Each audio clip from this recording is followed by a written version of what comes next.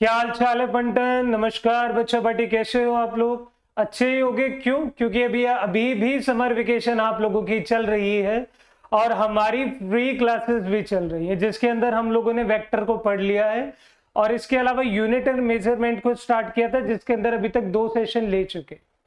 पहले सेशन के अंदर हम लोगों ने फिजिकल क्वांटिटी, उनके टाइप्स और यूनिट वगैरह ये सब चीजें पढ़ी थी और दूसरे सेशन में हम लोगों ने डायमेंशनल एनालिसिस पढ़ी थी। अब जो डायमेंशनल एनालिसिस पढ़ी है उसकी क्या एप्लीकेशन है, आज उसके बारे में पढ़ेंगे। तो भूले तो नहीं होगे मुझे? मैं आपका होस्ट दोस्त, आपका फिजिक्स मेंटर प्रिंस त्यागी। चलिए बेटा, आज का टॉपिक है एप्लीकेशंस ऑफ डायमेंशन एनालिसिस। चलिए आगे की तरफ चलते हैं थोड़ा सा। ये दोबारा इंस्पिरेशन, जय हो नीम करोली वाले बाबा। थोड़ा आगे चलते हैं। हाँ देखो, कल मैं तुम्हें बता रहा था कि डायमेंशनल एनालिसिस क्या होती है, लेकिन अगर आपने ध्यान करा हो तो डायमेंशनल एनालिसिस अकेली नहीं थी, वो डिफरेंट तरीके से थी। कैसे? कि वो 3 पार्ट में डिवाइडेड थी। क्या क्या था सर? सबसे पहला आता था उसके अंदर क्या, डायमेंशंस, है ना। फिर आता था क्या, डायमेंशनल फॉर्मूला। और मेरे बच्चे एक और चीज आती थी, याद करो, डायमेंशनल इक्वेशन। तो ये तीनों चीजें मिलाकर ही क्या कहलाई जाती थी? ये कहलाई जाती थी डायमेंशनल एनालिसिस। तो और आप लोगों को याद होगा कि जो पावर थी वो इसकी डायमेंशन थी, जो स्क्वायर ब्रैकेट में एमएलटी की वैल्यू लिखी थी वो इसका डायमेंशनल फॉर्मूला था, और जिसकी आप डायमेंशन निकाल लें यदि उसके सिंबल के सामने आप इसे लिख देते हैं तो वो इसका इक्वेशन। चलिए आज ये देख लेते कि एक्चुअल में इसकी एप्लीकेशन है क्या, कि एप्लीकेशन के अंदर हम लोग क्या क्या पढ़ेंगे। देखो, एप्लीकेशन की बात करें तो आप बोर्ड पे भी देख सकते हो और मेरी बात भी सुन सकते हो। सबसे पहली बात जो है वो है यूनिट का कन्वर्जन करना। कैसे भाई? देखो, अभी तक तुम सबको पता है कि हम लोग 3 तरह की चीजें पढ़ के आए हैं, एमकेएस, सीजीएस और एफपीएस, और एक और पढ़ा था क्या, एसआई यूनिट। क्लियर है? कल को आप लोगों से कोई कहने लगे कि यार मुझे एक यूनिट से दूसरी यूनिट में कन्वर्ट करना है, to convert a physical quantity from one system to another, ये रहा। और यही तीनों सिस्टम मैंने तुम्हें पढ़ाए थे।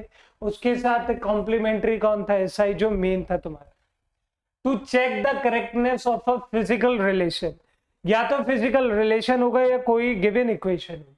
अगर आप किसी चीज को डायमेंशनली करेक्ट करना चाहते हैं, मतलब कल को अगर तुमसे कोई कहने लगे कि E equal to MC square की जो इक्वेशन थी क्या वो ठीक है, तो आप उससे कह सकते हो देखो भाई ठीक है या गलत है, ये तो जिस आदमी ने दी थी उसे पता होगी, मुझे तो सिर्फ इतनी बात पता है कि ये डायमेंशनली करेक्ट है या नहीं।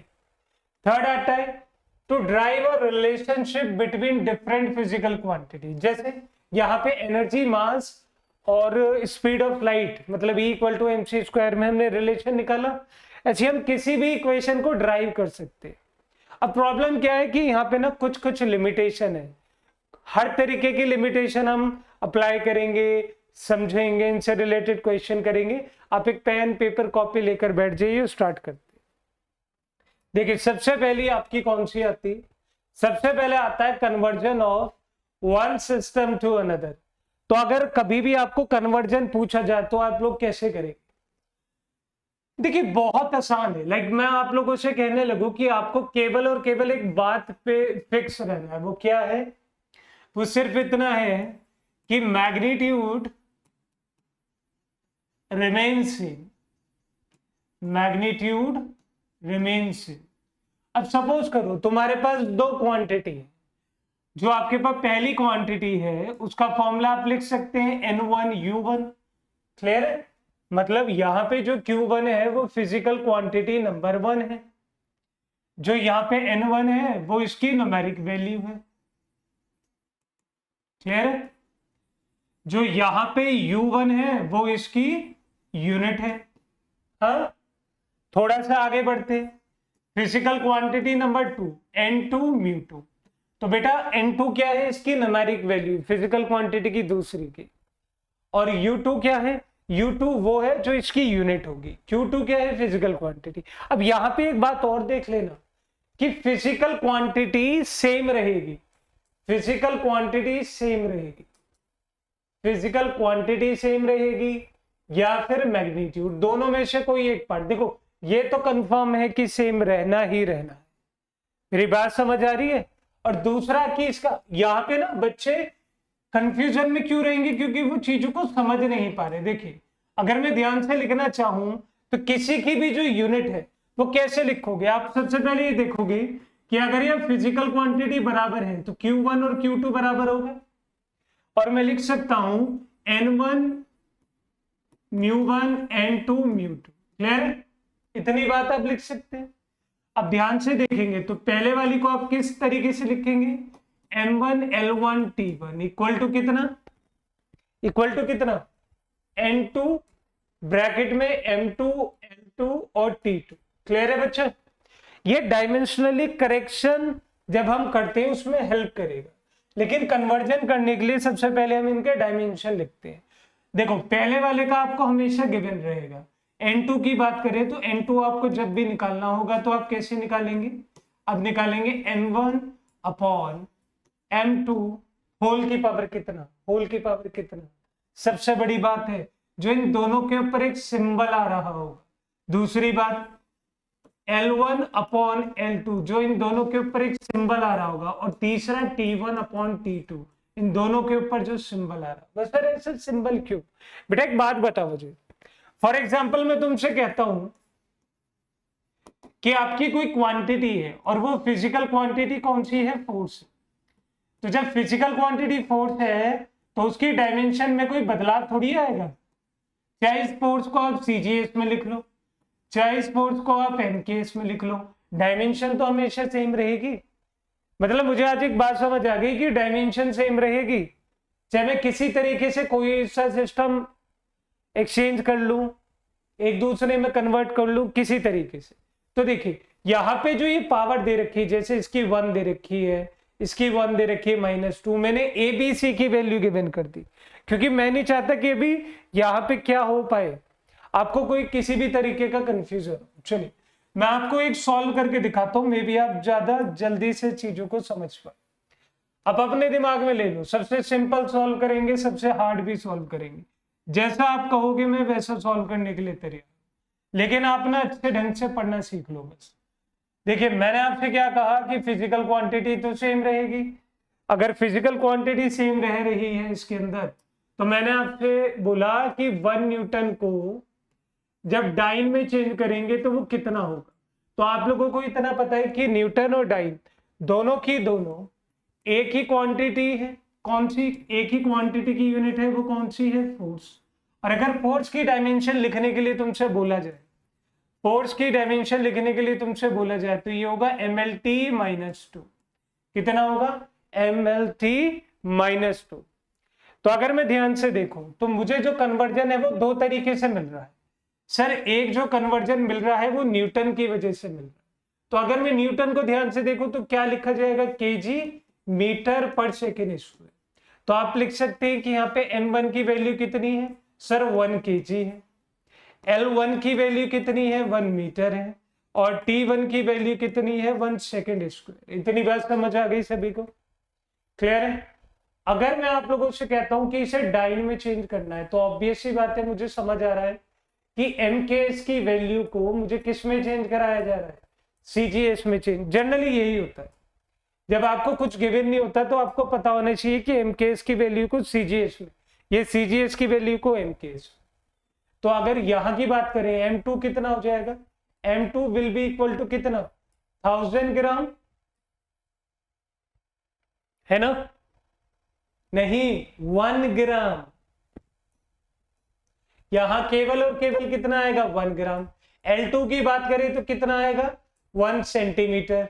और T2 की बात करें तो कितना आएगा, 1 सेकेंड स्क्वायर। क्लियर है। यहां से अगर मैं N1 की वैल्यू देखूं तो वो कितनी चल रही है, 1। तो मैं फॉर्मूला लगा देता हूं, मैं फॉर्मूला लगाऊंगा N1 μ1 इज इक्वल टू कितना, N2 μ2।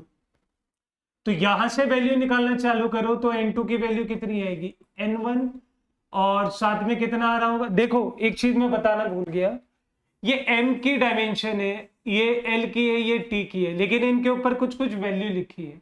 तो अगर आप यहां से वैल्यू निकालना चाहो तो A की वैल्यू कितनी, 1, बी की वैल्यू कितनी 1 और सी की वैल्यू कितनी -2। मतलब कैसे कि अगर मैं यहाँ पे लिख रहा हूं कि m1/m2 और ऊपर की तरफ क्या है a, नीचे कितना आएगा L1/L2, ऊपर की तरफ कितना आएगा b, और थर्ड आएगा T1/T2, ऊपर की तरफ कितना आएगा c। तो आप डायरेक्ट लिख सकते हैं क्योंकि आपके पास n1 की वैल्यू कितनी है 1, तो यहां पे मैंने 1 लिखा।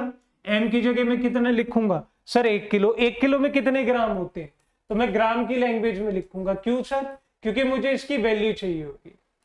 तो नीचे 1 ग्राम, ऊपर 1 ग्राम और एक ही वैल्यू लिख देना यहाँ पे।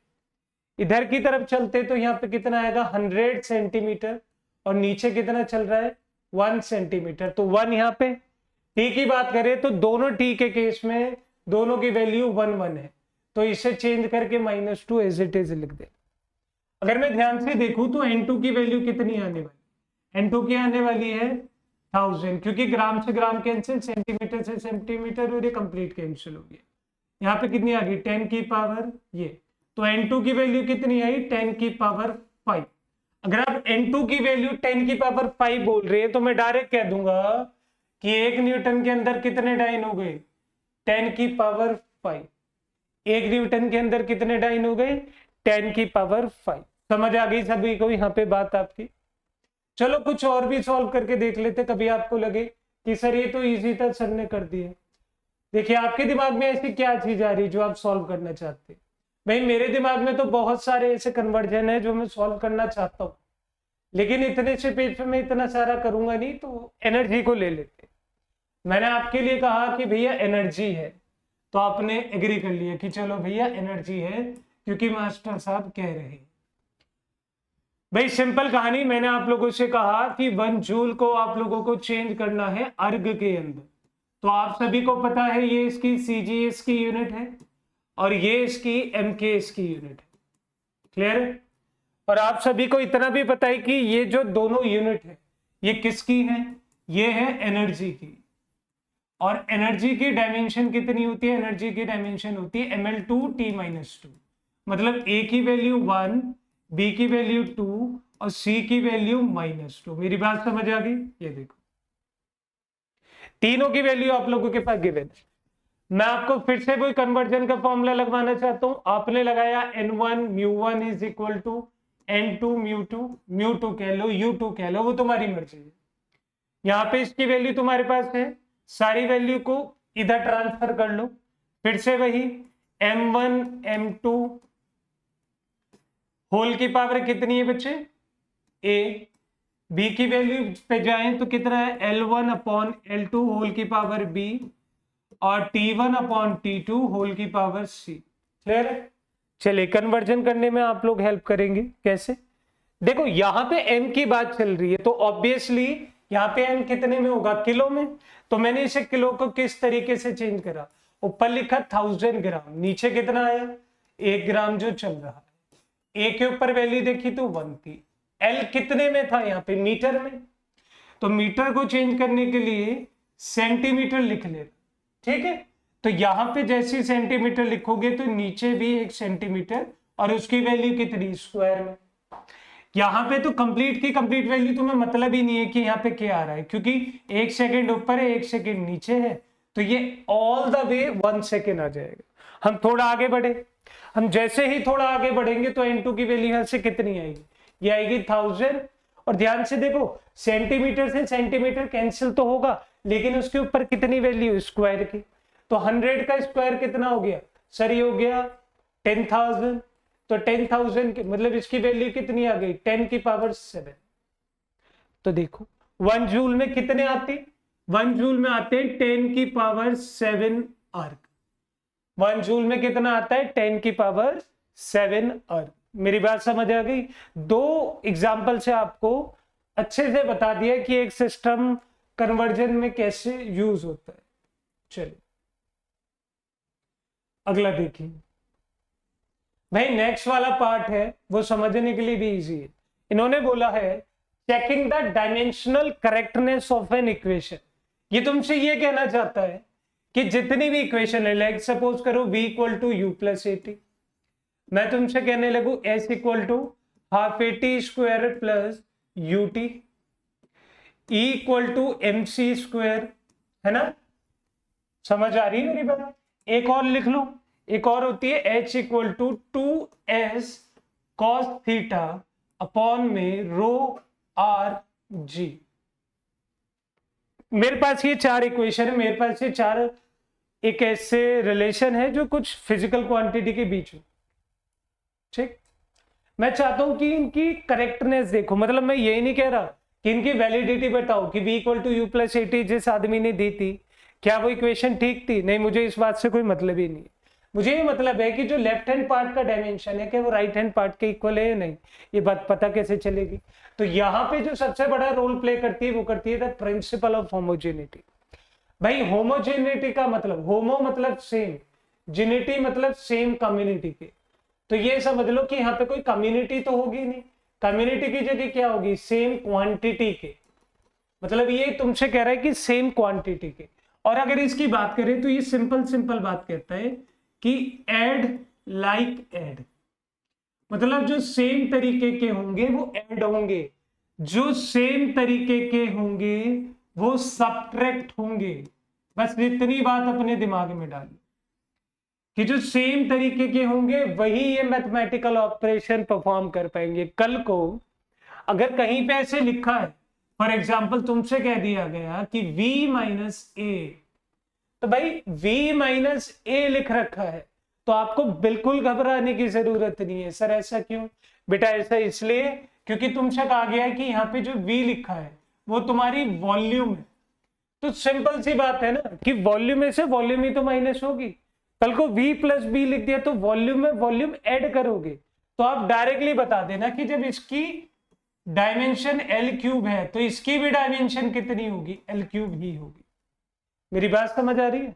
मतलब जो चीजें माइनस होने वाली है उससे, मतलब देखो यहाँ पे अगर यहाँ पे इनिशियल वेलोसिटी है, देखो यहाँ पे इनिशियल वेलोसिटी है और इसकी डायमेंशन कितनी है, एल टी माइनस वन, तो चलो चेक करते हैं क्या एटी, मैं जो बात कह रहा हूं कि सेम तरीके की चीज सेम तरीके को ऐड करेगी, तो ये भी वेलोसिटी होना चाहिए। देख लेते हैं सर यहाँ पे कितना आ रहा है, L T minus two T, देखो कितना आ गया, एल टी माइनस वन। बात प्रूफ हो गई मेरी कि सेम तरह की चीज सेम तरह को ऐड करेगी और डिफर तरीके की चीज डिफर तरीके को ऐड करेगी। क्लियर है? सब्ट्रैक्ट कर लो, ऐड कर लो, लेकिन लाइक लाइक चलना चाहिए। क्लियर है इतनी बात? आओ थोड़ा और मैटर सॉल्व करते हैं। प्रिंसिपल ऑफ होमोजेनिटी समझ आ गई ना? वो कहनी क्या चाह रही है बेटा? वो सिर्फ इतना कहना चाह रहा है कि मनुष्यों की शादी मनुष्यों में कर दो, ये नई नई प्रथा मत निकालो कि एलियंस बुलाएंगे हमें तो लड़का नहीं मिल रहा। भाई मनुष्य लोग आप लोग आओ और हमारी लड़कियों को लड़कों को ले जाओ, ऐसा कुछ नहीं होने वाला, खुश मत हो जाए। चलिए हाँ जी, तो मैं आप लोगों से कह रहा था कि इसकी वजह से मैं देखना चाहता हूं कि क्या हो सकता है। तो एक सिंपल लैंग्वेज में मैं आपसे कह दूं तो ये मुझे इतना बता देगा कि LHS और RHS का जो डायमेंशन है वो बराबर है। LHS और RHS का जो डायमेंशनल फॉर्मूला है वो बराबर है। चलो चेक करते हैं, अगर इनके डायमेंशनल फॉर्मूले LHS और RHS के इक्वल है तो आप जीत गए, सब जीत गए भाई। कैसे? ये देखो आपके पास है v equal to u plus a t. चलिए LHS की बात करें तो LHS में आपके पास क्या है, v मतलब फाइनल वेलोसिटी, तो इसकी कॉन्फ़िगरेशन कह रहा हूं, डायमेंशनल फॉर्मूला क्या होगा, L T minus one. Clear है? तो LHS में आपके पास कितना आ गया, L T minus one. RHS की बात करें तो RHS में कितना गिवन है, u प्लस ए टी। तो सबसे पहले अगर मैं u की बात करूं तो भाई u की भी कितना होगा, एल टी माइनस, ठीक है। AT की बात करते हैं भाई, AT, A मतलब एक्सेलरेशन, T मतलब टाइम, तो A की कितनी होगी, L T minus two into T, कितना आ गया भाई, एल टी माइनस वन। तो आज एक बात तो प्रूफ हो गई, इसको इसमें जोड़ सकता हूं तो RHS कंप्लीट कितना आ जाएगा, RHS की बात करें तो कितना आ जाएगा, L T minus one, L T minus one. तो इसका मतलब ये डायमेंशनली करेक्ट है। क्लियर है? चलिए अब सेकंड वाले इतने में रब करता हूं, आप पॉज करके देखो कि क्या आपको लग रहा है कि सेकंड वाली भी करेक्ट है या नहीं है। देखिए सेकंड वाली s equal to half a t square plus u t की बात करें तो यहां पे h equal to half a t square plus u t. तो बच्चे LHS के अंदर जो हम देख रहे हैं, तो LHS का कितना है, ये है केवल और केवल L। क्लियर है। अगर हम RHS की बात करते हैं तो RHS के अंदर हम लोग क्या देखेंगे, RHS में सबसे पहली बात आती है ए टी स्क्वायर और हाफ। और आपको पता है किसी भी नंबर की, किसी भी लॉग की, किसी भी ट्रिग्नोमेट्रिक फंक्शन की कोई भी डायमेंशनल फॉर्मूला नहीं होता, तो हाफ का तो कुछ यूज होगा ही नहीं। ए का होगा, ए के कितना होगा एल टी माइनस टू, और टी का स्क्वायर, तो कितनी आ गई एल। क्यों सर, ये दोनों कैंसिल हो गए क्योंकि वो -2 है +2 है। क्लियर आ गई। थोड़ा सा आगे बढ़ते हैं। अगर हम ut की बात करें तो ut में क्या आ गया, L T minus one T, value कितनी आ गई, वैल्यू आ गई एल। तो आप खुद सोच के देखो, इसकी भी कितनी एल, इसकी भी कितनी एल, तो एल और एल दोनों लग गए तो डबल एल जुड़ के एल ही तो बना। तो यहां पे RHS की भी वैल्यू कितनी आ गई मेरे लाल, तो इसका मतलब डायमेंशनली ये करेक्ट। लेकिन यहां पे एक सबसे बड़ी बात जो मैं तुम लोगों को बता देना चाहता हूं, वो बात क्या है, देखो अपने दिमाग में आज एक बात डाल के रख लेना कि जरूरी नहीं है कि अगर कोई इक्वेशन डायमेंशनली करेक्ट है। कैसे, यहां पे मैंने तुम्हें यह बात प्रूव करके दिखा दी कि h equal to half a t square एक डायमेंशनली करेक्ट इक्वेशन है। तो मैं लिख सकता हूं तुम्हारे यहां कि s equal to half a t square plus u t, ये डायमेंशनली करेक्ट है।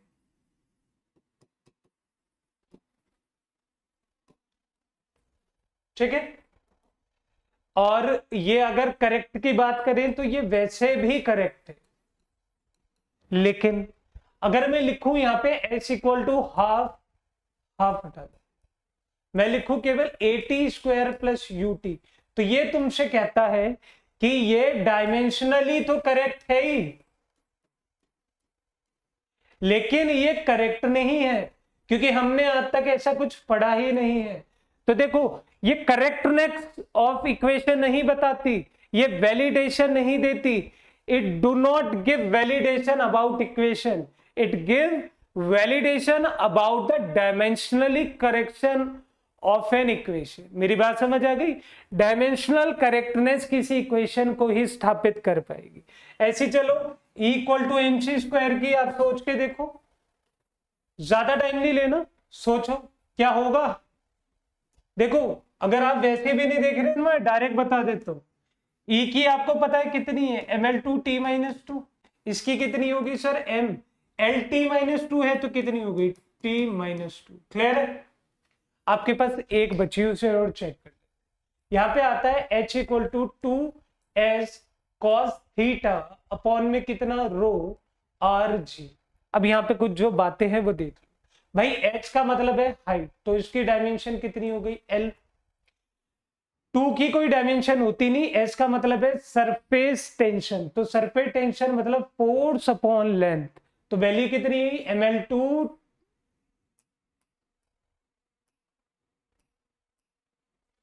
mlt minus two upon L cos theta. Trigonometric function है, इसकी भी कोई डायमेंशनल फॉर्मूला नहीं होगा। रो का मतलब क्या होगी, डेंसिटी, डेंसिटी मतलब मास अपॉन वॉल्यूम, तो मास अपॉन वॉल्यूम मतलब ml माइनस थ्री। क्लियर है। तो कितनी आ गई ml माइनस थ्री।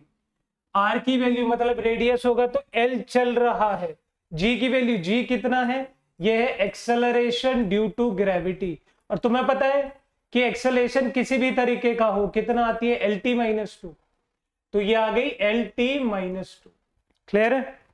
मैं यहां पे देखता हूं तो t माइनस टू कट गई, m से m कट गया, l से l कट गया, नीचे कितना बचा माइनस थ्री, ऊपर कितना जाएगा 1, तो कितनी वैल्यू आ गई केवल l। नहीं समझ आया भाई, l और l l2 की पावर हो गई ना, ये l माइनस थ्री हो गई, l माइनस वन नीचे था, ऊपर गया तो कितना बचा l। तो आप कह सकते हैं कि दिस इज डायमेंशनली करेक्ट, और ये वैसे भी करेक्ट है। तो मुझे ये पता लग गई कि इसकी दो एप्लीकेशन ने मुझे कितनी विचारधारा को ब्रॉड करके दे दी। बात समझ आ गई सभी को। चलिए लास्ट में आता है deducing relation among the physical quantity. चलो सपोज करो मैं तुमसे एक बात कहता हूँ, तुमने कभी सेंट्रीपिटल फोर्स का फॉर्मूला पढ़ा है? कभी भी गलती से पढ़ लिया हो? सर हमने गलती से पढ़ लिया क्योंकि हम अपनी जो नीट और आईआईटी की तैयारी कर रहे थे वो लगभग 7th-8th क्लास से कर रहे थे, तो मैंने पढ़ लिया था कि सेंट्रीपिटल फोर्स का जो फॉर्मूला होता है वो होता है mv²/r। चलो हम ये देखते हैं कि क्या जो ये इक्वेशन आई है, क्या ये जो रिलेशन आया है जो हम निकालेंगे क्या वो सेम आएगा? सपोज करो कल को तुमसे कहते हैं कि force is directly proportional to mass, एक डायमेंशन के लिए लगा दो, वेलोसिटी v और r c। कहने का मतलब यहां पे क्वेश्चन सिर्फ इतना सा है, force is dependent on mass, velocity and the radius, और इन सब की पावर अपनी अपनी गिवन है, कोई ए गिवन है, कोई बी गिवन है, कोई सी गिवन है। अब मैं ये देखना चाहता हूं कि फॉर्मूला क्या ड्राइव करेंगे। चलो मैं फॉर्मूला ड्राइव करता हूं। क्या इन तीनों का रिलेशन यही आएगा जो साइड में लिखा है? मुझे पता है कि इसकी डायमेंशन कितनी होती है, डायमेंशन होती है mlt-2। किसकी? फोर्स की। भाई इतना भी नहीं आता क्या? प्रोपोर्शनल का साइन हटता है तो सबको पता है कि कांस्टेंट की वैल्यू आती है। m की बात करें तो m का डायमेंशन कितना होगा? सबको पता है m का डायमेंशन m है। v मतलब वेलोसिटी, v का डायमेंशन कितना होता है? स्पीड, डिस्टेंस अपॉन टाइम, मतलब lt -1। ऊपर कितना? b। l का r के लिए कितना आएगा जो तुम्हारे सामने? इन सबको रीअरेंज कर लो। मैंने सबको रीअरेंज करा तो m के ऊपर वैल्यू a आ गई, l को इसके साथ निकाला तो l के ऊपर वैल्यू कितनी आ गई? b, और प्लस कितनी आ गई? c, और t के ऊपर कितनी आ गई? -1। यहां से m की वैल्यू देखे तो कितनी है? 1। l की वैल्यू कितनी है? और इसकी -2। चलो कंपेयर कर लो। On comparing we will get a की वैल्यू कितनी? 1, क्योंकि यहाँ पे a है, यहाँ पे 1। b प्लस c की वैल्यू कितनी? 1। माइनस b की वैल्यू कितनी? -b की वैल्यू कितनी? -2। तो b की वैल्यू कितनी आ गई? 2। b प्लस c की वैल्यू कितनी आ गई? 1। खैर, तो अगर आप ध्यान से इन चीजों को पुट करोगे, देखो b की वैल्यू यहां से 2 पुट करी, तो यहाँ 2 पुट करी तो c की वैल्यू कितनी आएगी? भैया c की वैल्यू आ जाएगी -1। चलो आउटपुट करके देखते हैं यहाँ पे। भाई जैसे मैं इसे पुट करना चाहूंगा तो मैं सबसे पहले तो इस फॉर्म में लिख लेता हूँ, m = a v b r c। तो चलो लिखते हैं F = K। m की वैल्यू कितनी? m की वैल्यू कितनी? 1। v की वैल्यू कितनी? v की वैल्यू 2। r की वैल्यू कितनी है? c, वो भी -1, तो नीचे आ जाएगा, ये देखो। तो मैं कह सकता हूँ, और k की वैल्यू अज्यूम कर लो, k की वैल्यू अज्यूम कर लो कितनी? 1, क्योंकि यहाँ पे कोई कांस्टेंट गिवन नहीं। अज्यूम k = 1, तो देखो तुम्हारे सामने लिखा। क्या मेरी इतनी सी बात समझ आ गई तुमको? बच्चा पाड़ी।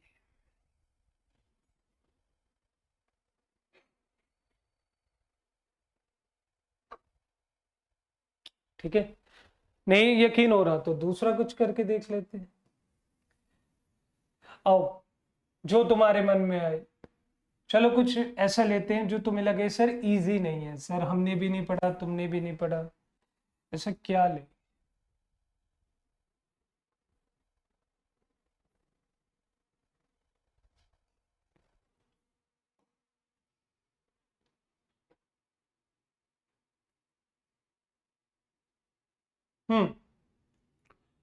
एक इक्वेशन होती है लैम्डा = h/mv, जहां पे h का मतलब होता है प्लैंक कांस्टेंट। क्या होता है? Planck constant. भाई m का मतलब कितना होता है? m का मतलब होता है मास, और v का मतलब कितना होता है? वेलोसिटी। ठीक है, और लैम्डा का कितना मतलब होता है? लैम्डा का मतलब होता है वेवलेंथ। मेरी बात समझ आ गई सभी को? चलिए ये वाला रिलेशन ठीक है या नहीं, इन सब का रिलेशन निकाल के देख। देखिए मैंने आप लोगों से कहा कि लैम्डा नाम की कोई चीज थी, वो डिपेंड करती थी प्लैंक कांस्टेंट के ऊपर, वो डिपेंड करती थी m के ऊपर, वो डिपेंड करती थी v के ऊपर। यहां से मैंने दोबारा से इसे फॉर्मूले टाइप में लिख लिया, k h a m v b c। देखो यहां पे अगर मैं तुम्हें एक बात बताऊं, ये जो प्लैंक कांस्टेंट है ये कहीं ना कहीं कांस्टेंट का काम कर रहा है। तो मैं तुमसे कह सकता हूं कि मैं k की जगह किसे लिख दूं, h को लिख दूं। मैं k की जगह किसे लिखना पसंद कर सकता हूं, मैं k की जगह किसको लिख सकता हूं सर, h को लिख सकता हूं। चलो मैंने ये भी ना काम करते हुए तुम्हारे लिए सारी चीजें इजी करी, मैंने कहा चलो इस तरीके से ही डिफाइन करना चालू करते हैं। अगर इसकी बात करें तो केवल वैल्यू इसकी डायमेंशन कितनी आएगी, l, और बाकी की जितनी वैल्यू जो आ रही होंगी इसके अंदर वो सारी कितनी हो जाएगी, m0 हो जाएगी, l0 हो जाएगी, t0 हो जाएगी। तो मैं इसे दो तरीके से सॉल्व करने की कोशिश करता हूं। एक बार मैं k को h ले लूंगा, देखो मैं आपको समझाता हूं। एक केस में मैं when k is not equal to h, दोनों को देखेंगे कि दोनों से ठीक आ रही है या नहीं, when k is equal to h, clear है? तो इस केस में ये a वाला पार्ट हट जाएगा, ये a वाला पार्ट हट जाएगा। तो आप ध्यान से देखिए, अगर मैं ध्यान से देखना चाहूं तो यहाँ पे कितना आ गया, m0 l1 t0। h की बात करें तो h का मतलब क्या होता है, h का मतलब होता है equal to h mu, e upon mu.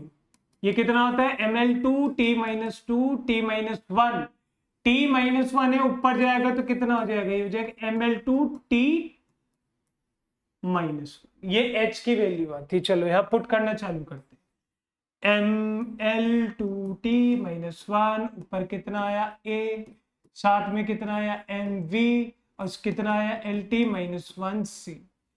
चलिए भाई m0 l0 सॉरी l1 और t0 चल रहा है, m की वैल्यू कितनी आ गई a प्लस बी, l की वैल्यू कितनी आ गई 2a प्लस बी, और साथ में t की वैल्यू आ गई माइनस a और माइनस सी।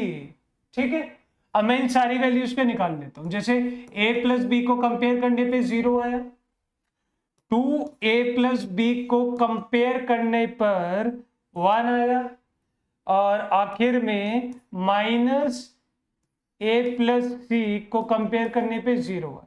अब तुम देखते रहना, मैं कुछ कंफ्यूजन क्रिएट नहीं करूंगा, तुम्हारे सामने रखूंगा। अब जैसे यहां पे देखते हैं हम लोग, मैंने लैम्डा की वैल्यू देखनी चाहिए, तो मैं क्या करूंगा, सबसे पहले m0 l0 l1 t0, यहाँ पे कितना रखेंगे सर, यहाँ पे रखेंगे केवल, ये कुछ नहीं आएगा तो यहाँ पे आएगा m की पावर 1 l की पावर c और t की पावर माइनस c। ठीक है, तो यहां से b की वैल्यू 0 और भाई तुम्हारा c की वैल्यू 1,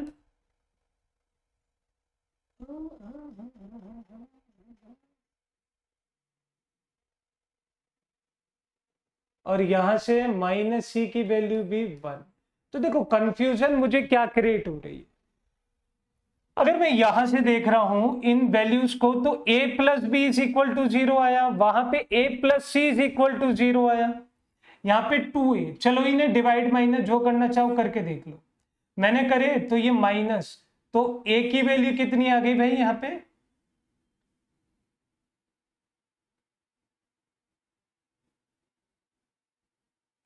a की वैल्यू आ गई 1। ठीक है, a की वैल्यू 1 आई तो मैंने यहाँ पे पुट करना चाहा, यहाँ पे a की वैल्यू 1 आई, a की वैल्यू इतनी, तो माइनस सी की वैल्यू कितनी है 1, तो c की वैल्यू कितनी आ गई -1, ये -1। यहां से b की वैल्यू भी कितनी आ गई -1। चलो पुट करके देखते हैं, अगर मैं यहाँ पर पुट कर रहा हूं तो लैम्डा h की वैल्यू कितनी है 1, m की वैल्यू कितनी है -1, b की वैल्यू कितनी है -1। तो देखो इसके थ्रू तो ये वाला ऑप्शन मेरा आ रहा है, लेकिन अगर मैं इसकी बात करूं तो ये मेरा कंफ्यूजिंग हो गया। क्यों कंफ्यूजिंग हो गया, क्योंकि देखो यहाँ पे अधिकतर बच्चे ये गलती करेंगे, वो h को k को h मानने की कोशिश करेंगे। तो ध्यान से देखो b0 c1 और c -1 आ गए, तो ऐसे केस में आप लोग क्या करेंगे, अगर m की वैल्यू b0 भी कर दोगे तो ये सारा का सारा फॉर्मूला गलत हो जाएगा। मेरी बात समझ आ रही है? तो मेरा समझाने का जो रीजन था आपको केवल इतना सा था कि आप कल को कोई मिस्टेक ना करें। तो आपको पता है कि लैम्डा का फॉर्मूला क्या है, यह है k equal to H A M B V C. तो आप ध्यान से देख रहे हैं तो c की वैल्यू -1, a की वैल्यू 1 और b की वैल्यू -1। तो लैम्डा की यहां से कितना आएगा, ये आएगा h की वैल्यू 1, m की वैल्यू -1, b की वैल्यू -1। तो लैम्डा कितना आ गया, लैम्डा आ गया के एच अपॉन में कितना एम वी, और मैं लिख सकता हूं एच अपॉन कितना एम वी। तो ये आपकी लैम्डा की वैल्यू है जो करेक्ट है। समझ आ गई। तो जो गिवन है, जितना डेटा आपको बोला जाएगा, जैसे कल को आपको किसी ने बोल दिया कि particular quantity is depending on this and this and this and that quantity, तो उन सारी क्वांटिटी को एबीसी की फॉर्म में लिखना और आंसर निकाल लेना। चलो आइए न्यूमेरिकल करने की कोशिश करते हैं, देखते हैं आपको कितना समझ है। मुझे पता है ये जो पीछे वाला पार्ट है थोड़ा हल्के अटक के आया होगा चीजों को समझ, लेकिन मैं आपसे ये कहना चाहता हूं कि एक बार रिवाइंड करके दोबारा समझ ले। बताइए, क्वेश्चन पढ़ो।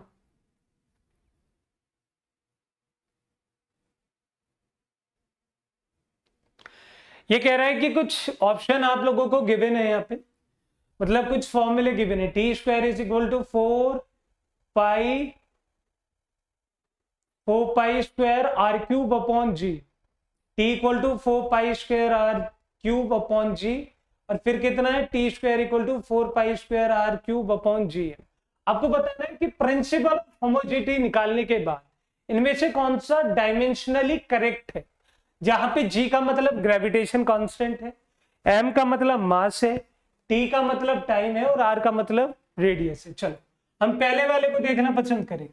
भाई हमने पहले वाले को उठाया और पहले वाले को लिखा t equal to 4 pi r cube upon में कितना जी, ठीक है, कितना है जी। चलो भाई टी की बात करें तो लेफ्ट हैंड साइड कितना है टी, और उसका होल की पावर 2। 4 का कुछ नहीं होता, पाई का कुछ नहीं होगा, आर की बात करें तो कितना आएगा एल क्यूब, ठीक है। अब यहाँ पे जो जी फंस रहा है, देखो जी निकालना बहुत मुश्किल काम नहीं। अब सभी को पता है कि जी कैसे निकलता है। भाई जी निकालने के लिए हम लोग करते हैं F equal to r square upon में कितना एम स्क्वायर, क्योंकि ये लॉ ऑफ ग्रेविटेशन के थ्रू निकाला जाता है। तो अगर ध्यान से देखें तो कितना आएगा m l t -2 l square upon में कितना एम स्क्वायर। तो भाई देखिए एक एम से एक एम कैंसिल, तो वैल्यू कितनी आ गई, ये आ गई एम की पावर -1 एल क्यूब टी की पावर -2। समझ आ गई। इस वैल्यू को वहां पे पुट कर दो, इस वैल्यू को वहां पे पुट करोगे तो कितना आएगा m-1 एल क्यूब टी की पावर -2। तो देखो एल क्यूब से एल क्यूब कैंसिल, पहले वाले का जो राइट हैंड साइड का डायमेंशन है वो कितना आया m की पावर -1 सॉरी m की पावर +1 t की पावर +2। क्यों, क्योंकि ये नीचे नेगेटिव में था, ऊपर जाएगा। तो इसका मतलब पहले वाला डायमेंशनली करेक्ट नहीं है। मेरी बात समझ आ गई सर। दूसरे वाला भी नहीं होने का, क्योंकि कहीं ना कहीं ये वैल्यू चल रही होगी। थर्ड वाला भी नहीं होने का, तो मुझे कुछ ऐसा चाहिए कि जहां पे नीचे m आ जाए, और फिर नीचे m तो केवल इसमें आ रहा है। तो चलो ट्राई करके देख लेते हैं कि क्या ये मेरी वैल्यू सही, जो मैं एजम्पशन मान रहा हूं, क्या वो मेरी एजम्पशन सही आ भी रही है नहीं। मैंने इस वाले को उठाया, मैंने लिखा t square is equal to 4 pi r square are cube upon में कितना जी। कैसे, मैंने कहा है एलएचएस की वैल्यू देखे तो टी का स्क्वायर, ऊपर देखे तो एल क्यूब अपॉन में कितना, सर ये वाली वैल्यू डाल दो। तो m की पावर -1 एल क्यूब टी की पावर -2 और साथ में किसकी m की, तो m से m कैंसिल, m से m कैंसिल, एल क्यूब से एल क्यूब कैंसिल, ये वैल्यू ऊपर जाएगी तो कितनी हो गई t की पावर 2। तो देखो जो मेरा अजम्पशन था पहले वाले को देख के वो करेक्ट है, तो इसका मतलब डायमेंशनली करेक्ट है कौन सा, फोर्थ वाला। तो आप एक बार पहले वाले को जल्दी से ट्राई करके देखना, वैल्यूज को पुट करना और निकाल लेना। चलिए बच्चे पटिए आगे चलते। हाँ जी, इसमें बात करें, क्या कह रहा है ये आप लोगों से। The equation of the stationary wave is equal to y equal to 2a sin 2 cos 2 मतलब भाई साहब ये आप लोगों से सिर्फ इतना कहना चाहता है कि जब कभी कोई वेव इक्वेशन लिखते तो आप ऐसे लिखते, तो ये जो WT होता है, WT का मतलब होता है एंगल, और एंगल की डायमेंशन की बात करें तो एंगल की डायमेंशन हमेशा 1 आती है। तो ये साइन के आगे जो लिखा है पूरा पार्ट ये मेरा डायमेंशन है। तो मैं लिख सकता हूं किस तरीके से, 2 pi CT upon lambda is equal to कितना 1, और दूसरा लिख सकता हूं 2 pi x upon lambda is equal to कितना। मेरी बात समझ आ रही है? लेकिन ना तो मुझे इसकी डायमेंशन पता, ना मुझे इसकी डायमेंशन पता।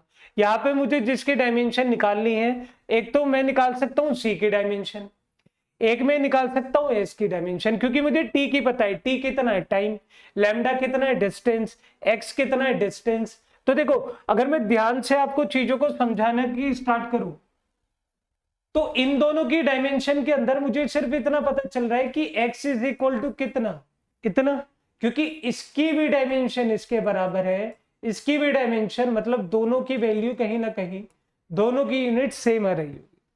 अगर हम इस वाले में बात करें तो सर ये कुछ इस तरीके से लिखा जा सकता है, जैसे LT-1T अपॉन में कितना L। तो देखो ये सारी वैल्यू कॉमन हो गई, तो मुझे पता चला कि CT इज इक्वल टू कितना लैम्डा। तो मतलब CT की जो यूनिट है वो लैम्डा के बराबर है। The unit of CT is same as that of lambda, correct है। The unit of x is same as of lambda, ये भी करेक्ट है। The unit of CT is same as that of x।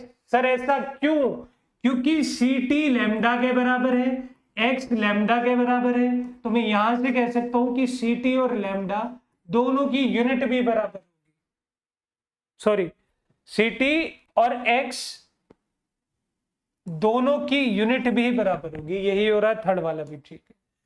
आखिर में मुझे एक बात समझ आई, ये कहना चाह रहा है CT upon lambda and x are same as lambda, मतलब ये कह रहा है CT upon lambda, CT upon lambda की बात करें तो LT-1T-1 और साथ में कितना L और x are same as lambda, मतलब इसके साथ x और मल्टीप्लाई कर दे, इसके साथ x और मल्टीप्लाई कर दे, मतलब x रह गया।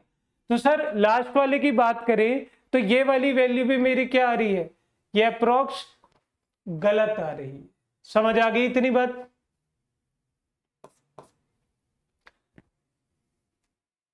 यहाँ पे ना कुछ कंफ्यूजन है, मुझे लगता है ना यहाँ फोर्थ वाले पार्ट में इन्होंने कुछ गलत कर दिया। क्या गलत करा है? ओहो, the unit of lambda and x are same, ये नहीं आएगा। ये बोल रहे हैं कि क्या इसकी यूनिट और इसकी यूनिट सेम है? कह देना नहीं है। देख लो, इसकी यूनिट 1 है, इसकी यूनिट कहाँ आ रही है? समझ आ गई? इसकी यूनिट किसके बराबर है? इसकी यूनिट तो लैम्डा के बराबर। क्लियर? तो ये वाला पोर्शन आपका गलत है, देखो ध्यान से आराम से। चलिए थोड़ा सा आगे चलते, इस वाले में चलते। बहुत प्यारा क्वेश्चन, प्रिंसिपल ऑफ होमोजेनिटी का सबसे परफेक्ट एग्जांपल देखना हो तो इसे पढ़ लेना। कैसे? भाई आपको एक इक्वेशन दे रखी है और उस इक्वेशन के अंदर कुछ वैल्यूज हैं, जैसे bx minus x square upon में कितना 80, जहाँ पे आपको बता रखा है कि x डिस्प्लेसमेंट है, t टाइम है, E एनर्जी है और a और b कोई कांस्टेंट वैल्यू है, और आप लोगों से पूछ रखा है a और b की वैल्यू निकालनी।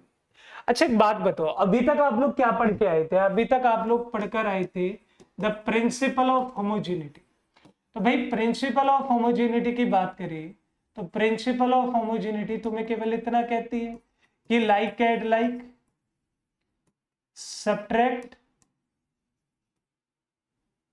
लाइक सब्ट्रैक्ट, मतलब जो कहना चाहो, like subtract add like add like subtract. Clear? तो मुझे ऐसा नहीं लग रहा कि bx माइनस एक्स स्क्वायर, अगर x की वैल्यू एक डिस्प्लेसमेंट है, अगर ये कोई डिस्प्लेसमेंट है और इस डिस्प्लेसमेंट की वैल्यू कितनी आ रही है यहाँ पे l की पावर 2, तो सर b की वैल्यू भी तो डायरेक्ट मुझे मिल गई, b का भी तो डायमेंशन मेरे कितना आएगा l की पावर 2। अब आप लोगों से a की वैल्यू और पूछनी है क्योंकि e की तुम्हें पता है, तो जैसे तुमने e की निकालनी चाहिए तो लिखो ml2 t-2, ऊपर कितना l2, नीचे कितना a की वैल्यू t। क्लियर है? अब सारी चीजों को रीअरेंज कर दो, तो यहां से ए की भी वैल्यू निकालना चाहोगे तो L2 अपॉन में कितना ML2T माइनस 2T, तो L2 से L2 कैंसिल, ए की वैल्यू कितनी आ गई, ए की वैल्यू आएगी तुम्हारी m की वैल्यू -1 और t की वैल्यू 1। क्यों? क्योंकि यहाँ पे गिवन है -2t, तो -1 ऊपर जाएगा। तो देखो a की वैल्यू है, b की वैल्यू तुम्हारे पास है, तो a क्रॉस b जैसे ही करोगे तो वो कितना आ जाएगा, वो आ जाएगा m-1 L2t, ये आना चाहिए। चलो चेक करते क्या ये गिवन है, हाँ गिवन। सेकेंड यहाँ पे निकालना बहुत इजी था। यहाँ पे कुछ बच्चे गलतियां कुछ बच्चे गलतियां क्या करेंगे कि एक्स स्क्वायर की वैल्यू डिस्प्लेसमेंट थी तो वो केवल एल ले लेंगे, लेकिन यहाँ पे डायमेंशन केवल एल की नहीं है, वो स्क्वायर में। तो कितना आया एल स्क्वायर, एल स्क्वायर की वैल्यू निकलती हम लोगों ने यहाँ पे डायरेक्टली पुट कर दिया बी माइनस एक्स स्क्वायर की जगह, और नीचे कितनी गिवन थी ए, जिसको कांस्टेंट आपको निकालना था, और टी की वैल्यू पुट करती है, सब कितना आ गया m की वैल्यू -1 इंटू टी और इंटू किसके साथ, b के साथ।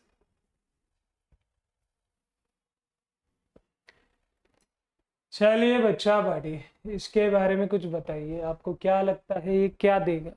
अच्छे क्वेश्चन है, बहुत प्यारे क्वेश्चन है, करे तो सही आप लोग। बोल रहा है if mass is written as something then the value of p, p क्या है, कांस्टेंट है, और बाकी सबके अपने अपने मतलब हैं। जैसे जी का मतलब ग्रेविटेशन कांस्टेंट है, सी का मतलब स्पीड ऑफ लाइट है, एच का मतलब प्लैंक ऑफ कांस्टेंट है। चलिए देखते हैं कहना क्या चाहता है।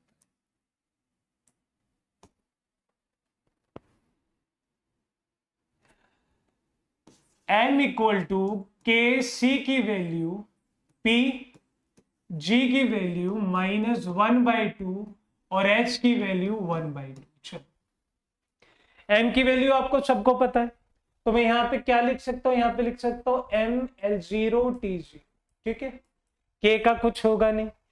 c की वैल्यू मुझे पता है LT-1 मतलब स्पीड ऑफ लाइट, तो लाइट की स्पीड हो, किसी चीज की स्पीड है तो स्पीड, ऊपर की वैल्यू p। g की वैल्यू भी आप निकाल के आए थे, दोबारा सिखा देता हूँ कि आप सभी को पता है कि ग्रेविटेशन कांस्टेंट कितना होता है mr² तो g की वैल्यू कितनी आती है Fr² अपॉन में कितना m।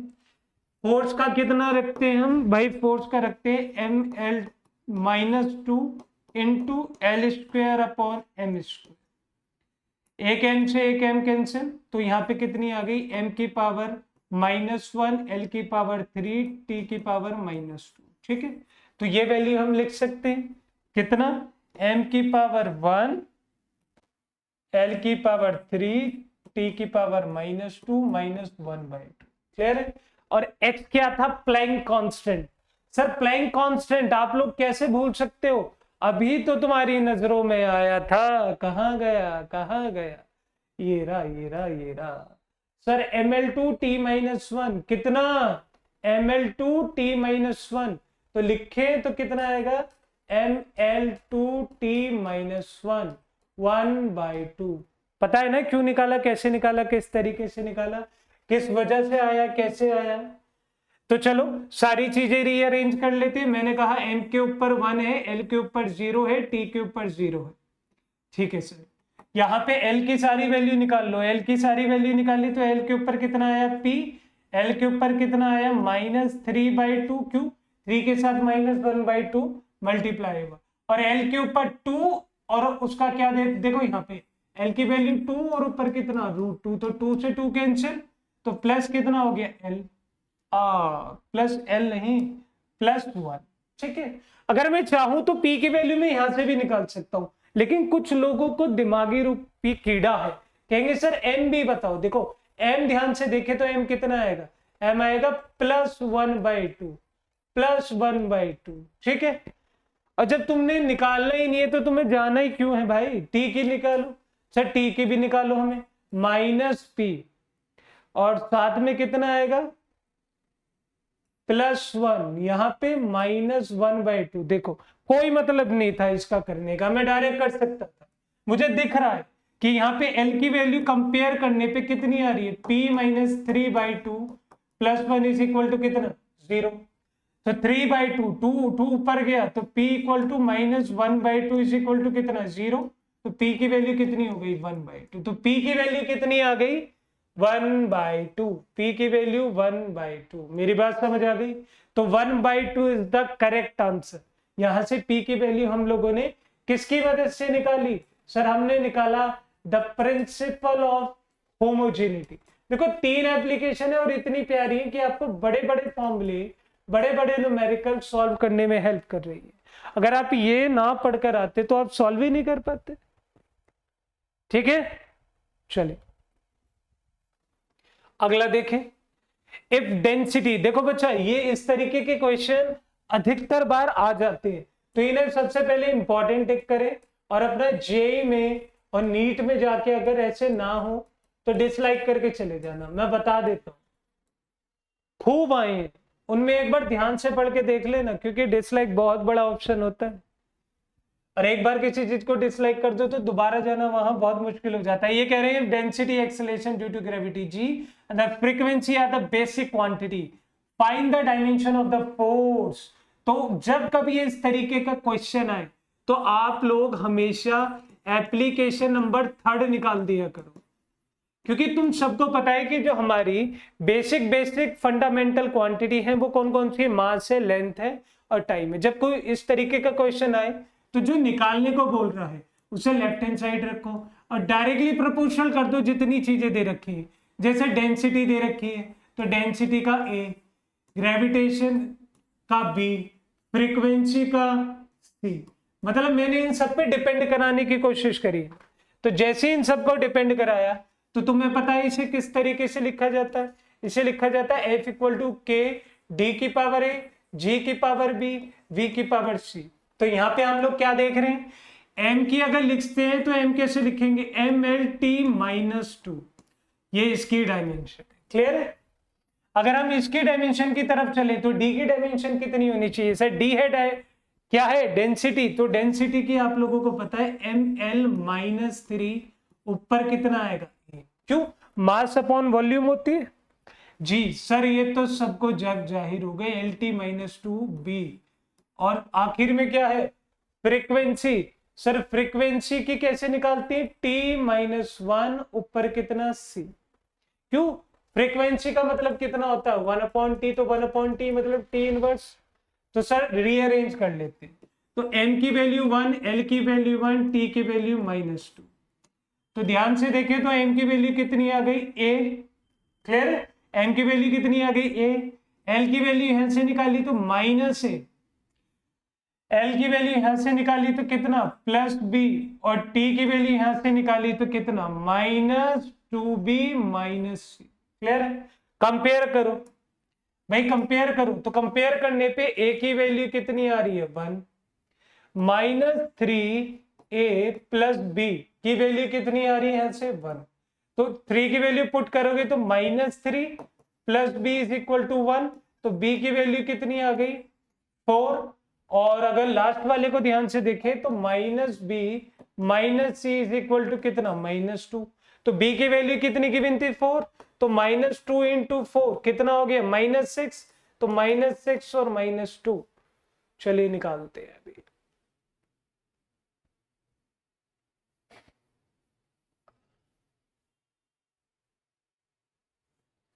हाँ जी, तो यहां पे कितना है, -6।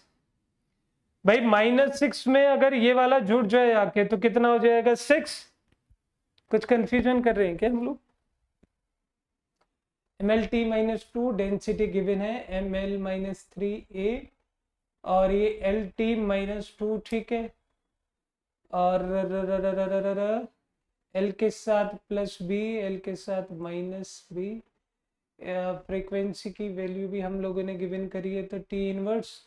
m को काबू में किया तो m की वैल्यू a, क्योंकि ये यहां से है। l की वैल्यू कितनी आई, l की वैल्यू ये निकाली -3a, L की वैल्यू क्या निकाली, +B। तो इसे पुट करा हम लोगों ने तो ये कितनी हुई, -3, B की वैल्यू 4 आ गई। और आखिर में ये कहीं परेशान कर रहा है ना कुछ। हाँ, इसे दोबारा सॉल्व करके देख।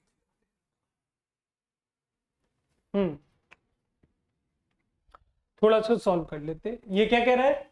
ये कह रहा है sir -2b - c is equal to -2। b की वैल्यू तुम्हारे पास है तो 4 - c इज इक्वल टू -2, तो -8 - 2 -2 तो -c इज इक्वल टू -6। हाँ जी, हाँ जी, हाँ जी। तो c की वैल्यू 6 आ गई। तो चलो पुट करके देखते हैं। अगर मैं इन सारी वैल्यूज को पुट करूं, a को 1, b को 4, तो चलिए पुट करके देखते। a को d की वैल्यू 7 रहेगी, g की वैल्यू 4 रहेगी और b की वैल्यू कितनी रहेगी? -6। यही कुछ कंफ्यूजन है। Here is something confusion at all. -2b - 2c equal to -2, 2 into 4, 4, 4, 4, 4, 4. La la la la la la la la la la la la la la.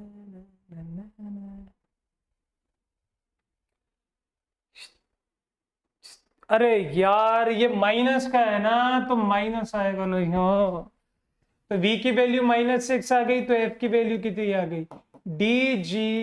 देखो हमारे साथ क्या दिक्कत है, हम लोगों के साथ ये दिक्कत है कि हम पढ़ाते पढ़ाते ना हमारे दिमाग में फॉर्मूले आ गए। तो मेरे दिमाग में जब से ये चल रहा था कि यार फ्रीक्वेंसी तो नीचे आती है शायद, है ना, और इसकी वैल्यू इधर आती है, उसकी वैल्यू इधर आती है, तो ये गलती कर कैसे रहे। और मुझे ऐसा लग रहा है कि ये -8 ये +6, हाँ आनी तो चाहिए। चलो जो भी, एक बार रीचेक कर लेना। हो सकता है, मैं भी इंसान हूँ, गलती मैं भी कर सकता हूँ। और मेरे लाल, मेरे पुत्र, ये आप लोगों के लिए होमवर्क, ये आप लोगों के लिए होमवर्क। आपको एक करके दिखाना है, अच्छे से दिखाना है, कोई चीटिंग नहीं करनी, कमेंट बॉक्स में इसका आंसर डालना है, ठीक है। चलिए, अब जो लास्ट चीज है जो मैं अब आपको बताने वाला हूं, एक बार जरा उस पर ध्यान गौर तलब कर लेना अच्छे से। अभी तक हमने फिजिकल क्वांटिटी के बारे में पढ़ा, लेकिन फिजिकल क्वांटिटी केवल एक तरह की तो पढ़ी नहीं। हमने फिजिकल क्वांटिटी कांस्टेंट भी पढ़ी है, कुछ डायमेंशन वाली पढ़ी है, कुछ डायमेंशन लेस पढ़ी है, कुछ वेरिएबल पढ़े हैं, कुछ साइन थीटा पढ़े हैं, कुछ लॉग पढ़े हैं, कुछ डिफरेंशिएशन, कुछ इंटीग्रेशन। तो मैंने तुम्हें कल बता दिया था कि लॉग और साइन थीटा और कांस्टेंट वैल्यू जो डायमेंशन लेस होते हैं, इनकी तो कोई डायमेंशन होती नहीं। इंटीग्रेशन, डिफरेंशिएशन, इन सबका डायमेंशन होता है। तो ये तुमसे क्या कह रहा है? It fails when a physical quantity depends on more than 3 physical quantity. बिल्कुल ठीक बात कह रहा है। अगर मेरी बात पे बिलीव ना हो तो h equal to 2s cos theta upon rho g r को आप लोग कभी भी डिड्यूस नहीं कर सकते, ड्राइव नहीं कर सकते। आप इसे ड्राइव नहीं कर सकते, केवल और केवल क्या कर सकते? चेक कर सकते। इस बात को अपने दिमाग में बिठा देना, क्योंकि देखो 1 2 3 4, यहाँ पे 4 फिजिकल क्वांटिटी और 5वीं ये चली रही है। तो ये कह रहा है कि जब 3 से ज्यादा फिजिकल क्वांटिटी हो जाएंगी तो हम उससे फेल हो जाएगा डायमेंशनल सिस्टम। ये किसी भी तरह की कांस्टेंट के बारे में कुछ नहीं बताता। जैसे हम लोग अभी पीछे अटके थे, आप लोग याद करो, अटके क्या थे? जब मैंने 2 पार्ट डिवाइड करे थे तो मैं बताया था इस तरफ कि एक पार्ट इधर बनेगा, एक पार्ट इधर बनेगा। जब हमने h को k मान लिया था, इसमें k को h नहीं माना था। तो हम कह रहे हैं कि हम h के बारे में किसी भी तरह की इंफॉर्मेशन नहीं दे सकते। देखो ये सब चीजें बताने का रीजन ये है क्योंकि लास्ट में आती है। फिर से सेम वही बात है। In mechanics the formula for a physical quantity depending on more than 3 quantity can not be derived, it can only be checked. Same problem है वो वाली। It gives no information whether a physical quantity is a scalar और vector. क्यों? क्योंकि ये केवल dimensional correctness बता सकता है, डेरिवेशन दे सकता है, ये यूनिट चेंज कर सकता है, ये डायरेक्शन थोड़ी बता देगा कि इसके साथ डायरेक्शन जुड़ रहा है, इसके साथ डायरेक्शन नहीं है। हाँ, ये मैग्नीट्यूड देता है, कोई दिक्कत नहीं है, लेकिन ये डायरेक्शन के बारे में नहीं बताता। It fails to drive relationship between, मैं अभी कह रहा हूं ना कि ट्रिग्नोमेट्रिक फंक्शन मतलब साइन थीटा, कॉस थीटा, इनके बारे में कुछ नहीं बता सकता, लॉग के बारे में नहीं बता सकता कि सर ये log x गिवन है, ये एक्सपोनेंशियल फंक्शन है, इनके बारे में किसी भी तरह की कोई डायमेंशनल फॉर्मूले ये नहीं गिवन करता। मेरी बात सबको समझ आ गई होगी। तो चलिए, इस बढ़िया से सेशन का अगर आपको लगता है कि ये सेशन अच्छा था तो प्लीज लाइक, शेयर, कमेंट और सब्सक्राइब करें और उन बच्चों तक पहुंचाएं जो एक्चुअल में पढ़ना चाहते हैं, क्योंकि यहाँ पे कभी भी किसी तरीके का कोई कोर्स आपको बेकार नहीं जाएगा। तो चलिए पलटन, मिलते हैं कल फिर। Thank you so much.